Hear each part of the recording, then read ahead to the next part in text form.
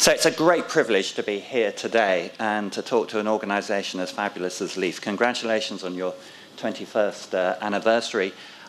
You were thinking about things 21 years ago well in advance of fashion, and much of what you've been talking about for the last 21 years is so important today. And it's also great, over the last few years, I've had more and more to do with the human dynamo, who is your chief executive. So it's great to see her in her natural environment. I stand before you really rather nervous for two reasons. First, since walking in the building, people have been queuing up to say how fierce Hazel is if I go over. So I will be finishing in 29 minutes and 15 seconds, and not a moment earlier. And I'm also nervous because I'm a benighted academic talking about producing food sustainably to an audience of people who do produce food sustainably. So please give me a little bit of latitude in that. So that's my title, and what I'm going to do is I'm going to begin really quite briefly just with a few slides about some of the challenges facing the global food system coming ahead. And I realise most of you will be very familiar with this, but to me the challenges are such that it is worth continually reminding ourselves about this. And then I'm going to be talking about sustainable intensification, and I'll spend the bulk of my talk sort of exploring some of those ideas that have already come up from the initial speakers. So briefly, what lies ahead? Well, we have a larger population coming. My background is actually as a population biologist, and I look at that figure, which scares some people, but I'm actually enormously encouraged by it. Even 20 years ago, we did not know that the human population, given certain circumstances, would reduce fertility through what's called a demographic transition. So we can, in a way that no one, since the days of Malthus, we can actually talk about a time when hopefully the greens is the standard errors there, the error around it, but at least conceivably the human race, there'll be a limit to the input on the panel. But one of the things about the demographic transition, people have fewer children because they're more wealthy. Because they're more wealthy, they demand a diet that has a greater environmental footprint. And I've plotted there this is data from FAO, our meat consumption in the rich world, in America and in Europe. And I used to jokingly say, we can't physically eat more meat than we do, certainly in the States, even here. And I did that in a lecture in Oxford, and one of the students sent me this email saying, yes, it is possible to eat more food than we do today. But that's us in the developed world. In Europe, meat consumption is going down a little bit. In the States, it's going up only a little bit. Look at China there. China, meat consumption is really going up there. India, at a similar stage of its development trajectory, isn't, for very complex social, economic, religious, and also the structure of the retail sector in India. But if India was to follow China, if China was to go, it's literally impossible that the world can eat a diet that we enjoy in the rich world. And there's Africa there as well. Again, in Africa, there is an urgent need that people do eat more meat. So no, we're going to see some really great demand-side pressures going into the future at exactly the same time that we're going to see increasing supply-side pressures. I'm going to say very little about this because I think you all know it very well. We'll see increased competition for land, for water, for energy, for other inputs. And all of this at the time of climate change. And again, as you've heard already, don't think that we're not going to get climate change. The details are difficult. The fact we'll get climate change is O-level physics. Well, I'm showing my age, whatever is the equivalent of O-level now. It is a fact. Don't delude yourself otherwise. Exactly how it will affect our farming is much, much more complex. That's one particular projection from the Hadley Centre, part of the Met Office. It's almost certain it's going to have effect on production. What worries me a little bit as an academic is as time goes on and we get more and more accurate estimates of how it will affect production, the news tends to get worse. So we'll see increasing demand at the same time that supply is threatened. But of course, food is not just any other commodity.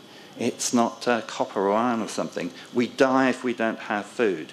And there are round about 1 billion people calorie hungry in the world today. If you actually plot the number of hungry people against time and ignore the blip in the last few years, then in some ways it looked like we weren't making progress on hunger. But if you actually plot it as a percentage, until about 4 or 5 years ago, we were making substantial progress on hunger.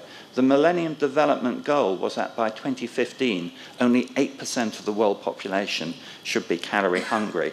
And as short a time ago as 5 years, we were on track to make that goal. And because of and I'll say a bit more about this in a second, because of some of the issues with food prices, food price volatility over the last couple of years, we're not going to make that. So the progress we were making on hunger, it looks like we're going to reverse. And I suspect I don't need to put these caveats in for this audience. The problem with hunger is not because the world can't produce food, and it's almost facile to say that it's not a problem. The problem is that people cannot afford the food. Largely, it's economic access, occasionally physical access, and occasionally social access as well. So feeding, it's a question of the food system in that the number of people going hungry are strongly affected by food prices, but it's that complex nexus of development issues as well. And then as well as the billion people who are calorie hungry, there is about 1 billion people who are suffering some form of malnutrition. And as Hazel said, and at this point I suck in my belly, there are 1 billion people who are overnourished. And in some countries, Mexico, for example, which was making wonderful progress on reducing hunger, then the progress on increasing longevity stalled as one got this epidemic of obesity and cardiovascular diseases. And it's really curious that it's the middle classes who get the cardiovascular diseases, and as in this country, the middle classes are more vocal, can suck resources into the health service to deal with these diseases. And paradoxically, progress on reducing malnutrition has suffered because of the redirection of resources towards those diseases. And then, again, you will know very well that the way we produce food today, looking at it globally, not on your farms, but globally, is literally unsustainable. And Hazel said the definition of sustainability that very much encapsulate this. Just running through quickly, 70% of global water available for man is used by agriculture, and in addition, agriculture uses a lot of non-renewable water. There's some frightening things happening with aquifers in places like northwest India being run out. A large fraction of vegetated land suffers some form of soil degradation. FAO estimates 24%, but unclear exactly how much. Greenhouse gases, 30% directly and indirectly, major sources of pollution, major fisheries are overexploited. So everything we do in confronting the supply and demand challenge has to be seen through these twin prisms of the needs of the poorest, the fact that 1 billion people go hungry, and sustainability as well. So I said I'd mention something about recent food price volatility. It's really hard, and we've tried in various academic exercises, and other people have, to try and merge all these different drivers together, and you have to use models where you're very unclear about the assumptions. But if you look at the FAO Food Price Index, which only began in 1990, you can see that after a period of fairly low prices, and if you went further back, then food prices have remained steady since about the 1970s in real terms. Then we've seen recently in the last few years increased volatility. But in a sense, it's not so much the volatility that concerns me. I suspect that there is a secular increase in food prices we're seeing at the moment, and that will go on. I suspect that Alan's team upstairs has far better data than this, and I look forward to getting the password to get into your databases so I can update this. This graph. But we need to remember that in the UK, we spend, I think, 10%, 11% of our income on food. In the States, it's 9%. Never since money was invented, well, if you invented money, never since money existed have we spent as little on food as we do today. And I think that affects our whole vision about food. And I know this is something that you've argued about. You've very much engaged in the policy debate on that. Now, I had the privilege of chairing what is rather grandly called the lead expert group of the Foresight Report on Food and Farming that came out 18 months ago. It was initiated by John Beddington and run by the Foresight Unit within the Government Office of Science. And we looked across the board at some of the drivers I just talked about. We tried to anticipate what was going to happen in the future, and we came up with some fairly scary things. And we made recommendations and discussed what needed to be done throughout the food system, including on production. And on production, we argued very strongly that it was essential to produce more with less impact on the environment. And clearly, from what I've just heard in the few talks before mine, that's clearly something you're concerned very much about. We called it sustainable intensification, as did a Royal Society report reaping the benefit a few years before that. And in fact, it's nothing novel. You've talked about it for 21 years. It's been called ecological intensification. There are various words for it. Sustainable intensification has been incorporated now in a swathe of different policy documents, in this country by DEFRA and DFID, United States, for example, by USAID, and the CG systems and FAO talk about sustainable intensification. But sustainable intensification, there has been a backlash and concerns about it. And these include that sustainable intensification is, as Friends of the Earth put it recently, a wolf in sheep's clothing. And then other people have argued, well, there's more to food production than sustainable intensification. And the concentration on sustainable intensification is making us take our eye off different balls. So what I want to do in my remaining 18 minutes and 9 seconds, Hazel, is to look at these two topics. I want in 4 slides to try and argue what I think are the sort of 4 underlying premises behind sustainable intensification. And I'd be fascinating to hear either in questions or in coffee whether you agree or disagree with me. And then in 3 slides after that, look at areas where sustainable intensification interfaces other subjects, looking at sustainable intensification in the context of the other concerns of food production. So as I said, I'm going to begin with what I think are the sort of 4 arguments behind sustainable intensification and also replies to criticisms. Now, the strongest message that I hope the Foresight Project put across is that it is not a question of doing one thing, whether that's producing more food, whether it's reducing demand. People have argued there's no problem about producing more food. All we have to do is to reduce demand. We must reduce waste, but waste isn't a silver bullet. The challenges facing the food system going ahead, if you look logically at some of the drivers that I talked about at the beginning, argue that we really have to work on all fronts, on demand, on production, waste, and also on governance. So we have to produce more food, but the arguments behind sustainable intensification are not an argument for taking an eye off the ball of these other issues. As I said a few moments ago, it is literally impossible for a world of 9 to 10 billion people to enjoy the diet that we do here.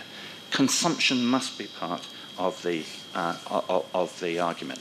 So sustainable intensification, it is part of the solution, but it is not a productionist silver bullet, as some people have argued, and neither is it special pleading by the agricultural sector, as again people have argued.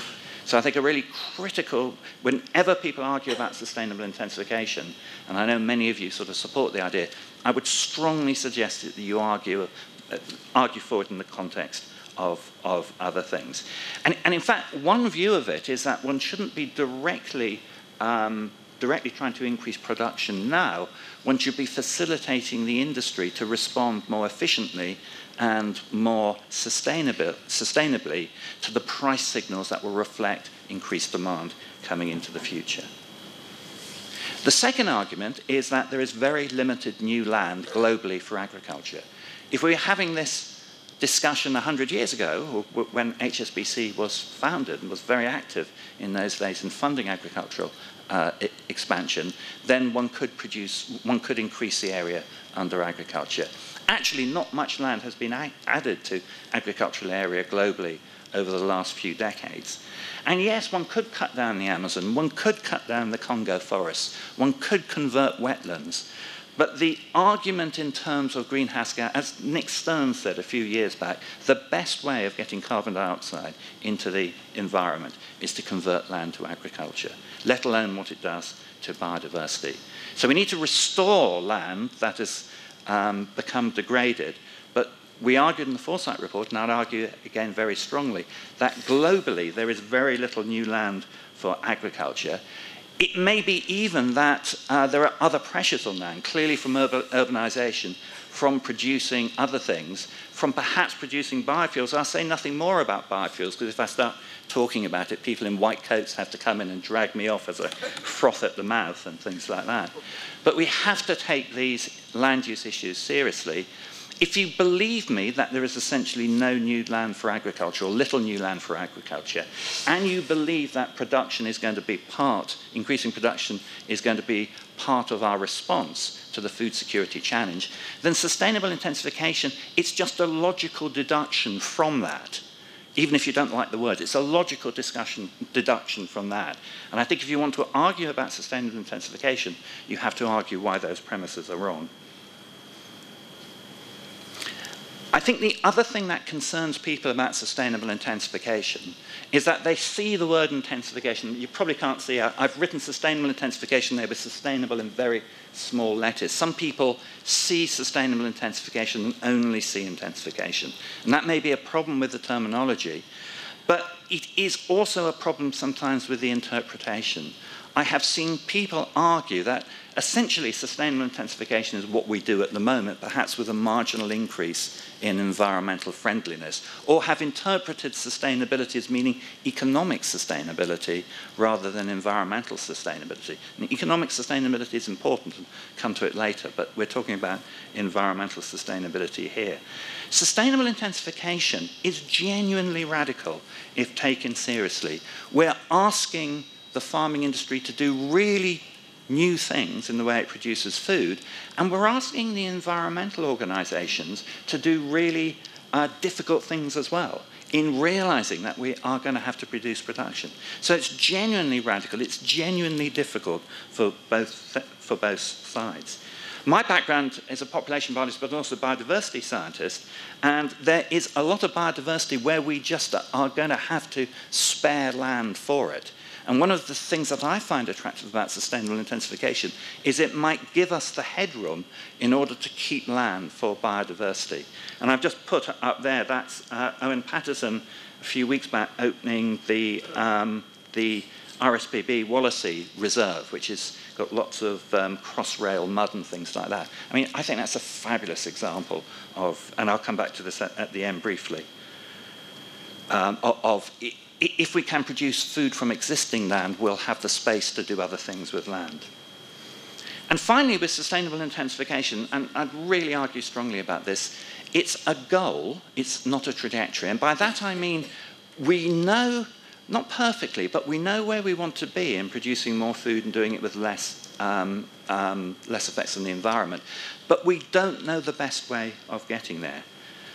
My view with sustainable intensification is it needs to use the best from conventional, from high-tech, from agroecological, from organic. We do not have the luxury to pick one particular system. We have to work out doing, forgive me, I'm an academic, I call for research the whole time. We need research into what works, and we need to go into it with an open mind. And that does include GM. And GM is a red rag to a bull. It's only such a minor part of the story, but my view is it should be there. I was dismayed that Friends of the Earth, in a document that had some interesting critiques of sustainable intensification, which I hope I'm addressing some of them today, spent 40% of the document just going through arguments about GM. And there are real arguments about GM, but don't let it get in the way of talking about these big issues. And finally, in sustainable intensification, There is a temptation, especially at a time with such an emphasis on growth, to only consider the intensification side. We need as much research on the sustainable side as on the intensification side. And again, the economists in the audience is not necessarily the same amount of research. My view is one can actually get far greater marginal returns in terms of new knowledge from a relatively little investment in sustainability. I would like to see more there. And we shouldn't be arrogant. We really don't know the solution. It is clear that high-input Western agriculture is going to be an important component, but it's not useful. It's not going to be universal. It's clear that agroecological approaches, especially in low-income countries where farmers know the fields like the back of their hands, are able to do precision agriculture because they know every damn stone in the place. It's clear that's going to be important, but we should look at which works best. And it goes back to what Hazel said just before me. In some places, one will want larger farms. In other places, one will not. Go into it as an evidence-based quest and don't go in knowing the answers. And having said this, and this is a really good point Friends of the Earth point out, be very aware that in doing that, there is a danger of these arguments being hijacked. So those are my sort of 4 basic arguments behind sustainable intensification. And I don't mean to put sustainable intensification deliberately in the middle there. It's one of many things in the food system. And I think that one of the next stages in sustainable intensification is it needs to interdigitate with these. I mean, it's great being in HSBC. So much has to be done in globalization to make it work in favor of food security. And the banks have an important role to do there. I'm not going to talk about trade and finance at the bottom, but very important. I'm going to talk very briefly in my remaining 8 minutes and 14 seconds, Hazel, that about the 3 things at the top: land use policy, rural economies, and animal welfare as well. So how does sustainable intensification and land use policy fit in? So, as I said earlier on, I think one of the real interesting things about sustainable intensification, if one can produce more food from existing land, is that it enables us to do other things, including on biodiversity. I think there's some really important and hard and difficult questions. When does one want to keep biodiversity on farm? When off? I've had the privilege of working a lot in tropical rainforests. Most of the biodiversity I revere in tropical rainforests is completely incompatible with anything but the lowest level hunter-gatherer type food production. We have to produce the food in those countries and the livelihoods in order to retain that. In many places in Europe, one needs to retain the biodiversity, which has evolved over the last 6,000 years with farming on farm. So I think we need to think much harder about multifunctional landscapes. I would argue that all land must be productive, but not productive in a traditional sense of yields, productive in the sense of producing many different services. In the jargon, ecosystem services, I'm not completely happy with that as a term. It must be producing biodiversity, it must be producing recreation, timber, fiber, fuel. A multifunctional landscape. And this is really hard because if it only works if there are proper governance structures. The environmental organizations are hugely suspicious of this because they do not believe the governance structures, even in this country, let alone abroad, will work. It's a difficult thing to argue at the moment. Anthony Giddens, in a very interesting book in the Politics of Climate Change, said we may shy away too much from this type of planning. Although when I mentioned this to Jim Pace, he called me Stalinist, which I thought he was joking, but someone said maybe he wasn't joking.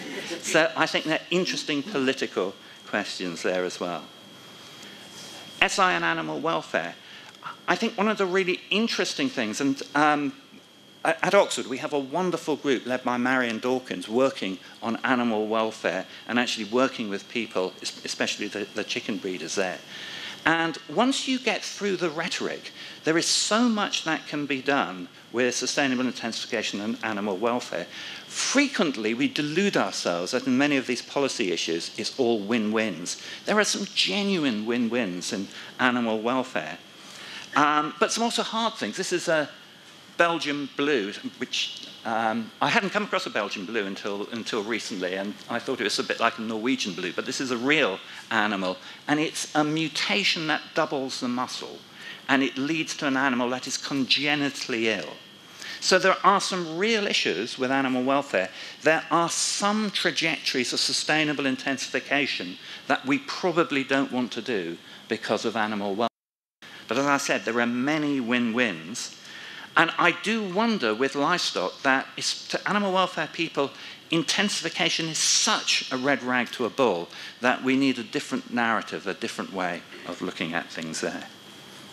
And finally, and very briefly, just to mention sustainable intensification of rural economies, you guys understand how the issues of CAP, of farm support, of environmental stewardship are so important. That they're not sexy things. They're not things that really have gotten to the dialogue, the public dialogue.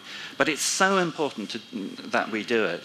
I would argue that the UK is really pretty good in what we're doing with the environment, though could be much better.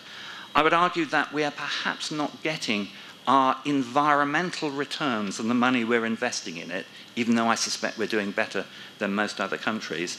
And I think we need, I shouldn't have put this up because I have a slight stammer, and saying subsidiarity is almost impossible for me, but I've managed to get it out there.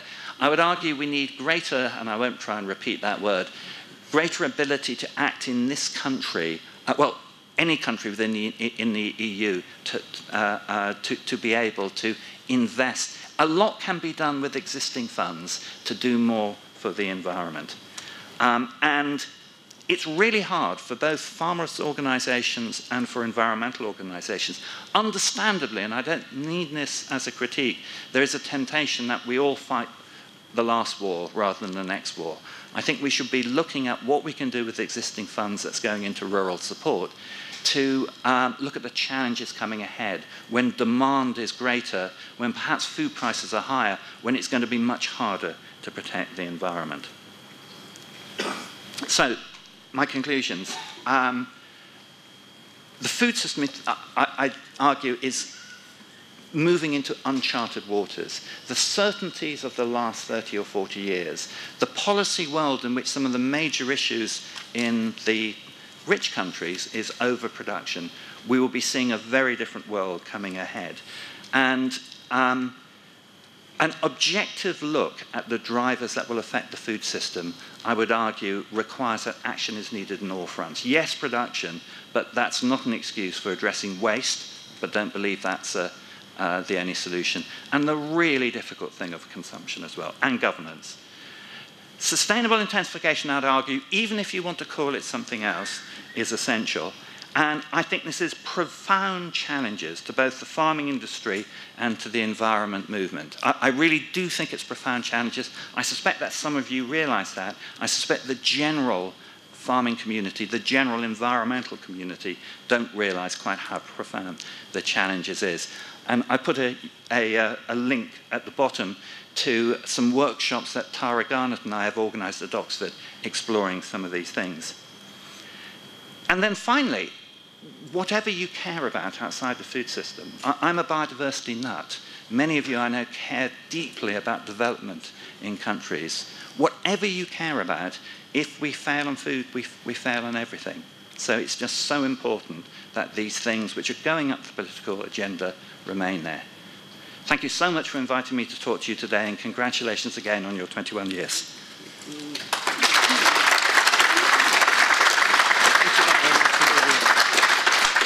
Thank you very much indeed, Professor Godfray. There are so many things that I think will come out in questions, but it was a very, very good presentation. And one of the things that LEAF has tried to do over the years is to engage with different views of people which are held very strongly.